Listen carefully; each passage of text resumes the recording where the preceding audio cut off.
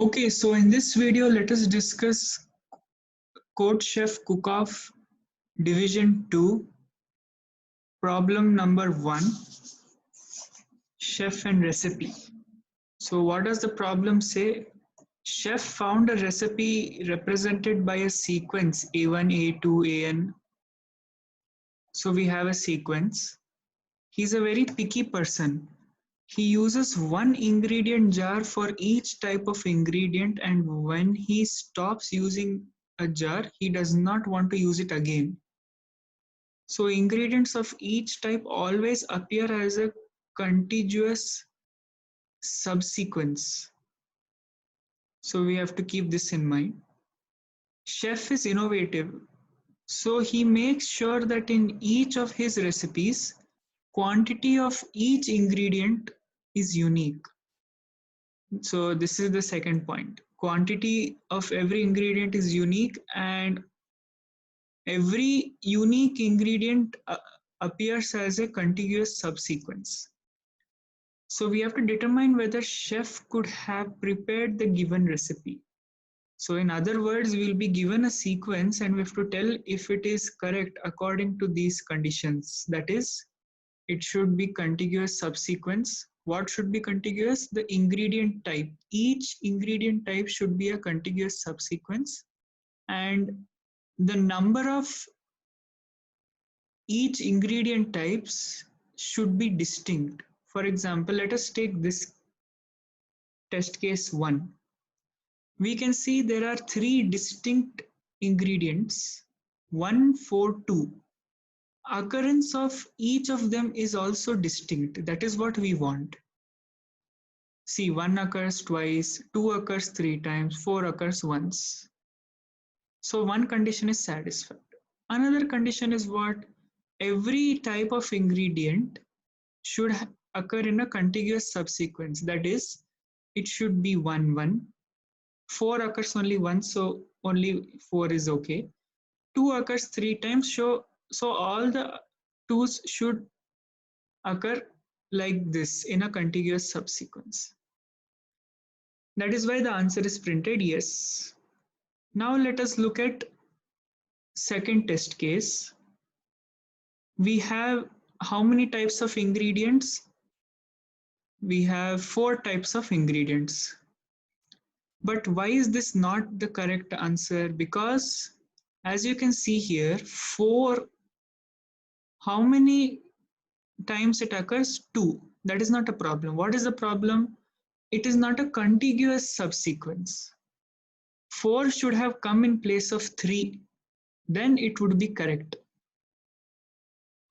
So that was the problem in this case. Let us examine this one. We can see here 7 occurs 2 times, 3 also occurs 2 times. That is violating the condition, right? Each ingredient type should occur distinct number of times. So this is not the answer. So what are the 2 conditions? Every ingredient should appear as a contiguous subsequence, and number of distinct ingredients should also be distinct. So this is my solution, what I wrote. What did I do? I took the input n in an array A and put all the array elements in a vector V. I sorted the vector and I used this function v.arrays std unique. What does this function do? If you don't know what this function does, I can explain to you with the help of an example. Suppose my vector v is equal to 1, 1, 2, 5, 5. After I use this function, this v.arrays std unique, v.begin, v.end, v.end, what happens is only unique elements will be present in the array, and each unique element will occur exactly once. So what is the prerequisite for using this? Array should be sorted or vector should be sorted. So if I give another example, if suppose the vector is 5, 4, 5, 3, 3, 6. So if this is the vector, after I use this v dot arrays, what will my vector become? It will become 4, 3, 4, 5, 6. So this is how my vector will change. I hope you all understood that.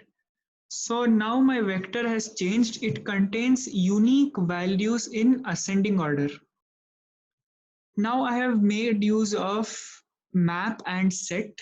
Map I have made use for finding frequency of each and every element, and set I have used for determining if frequency of every element is distinct or not. Let me repeat that. Map I have used to find the frequency of every element in the array, and set I have used to find whether the frequencies are distinct or not. That is what I have done in these two for loops. I have found the frequency of every element using map, and then I am checking if the frequency is unique or not. If the frequency is not unique, I am printing no. How do I get to know frequency is not unique? If it breaks somewhere in between, if the loop is not completed, that means the frequency is not unique. If the loop is completed, then yes. No, it is not yet yes. We have to do something else also. So I hope it is clear till here. We have found out till here that frequency is not unique. What if the frequency is unique? What condition should be satisfied now?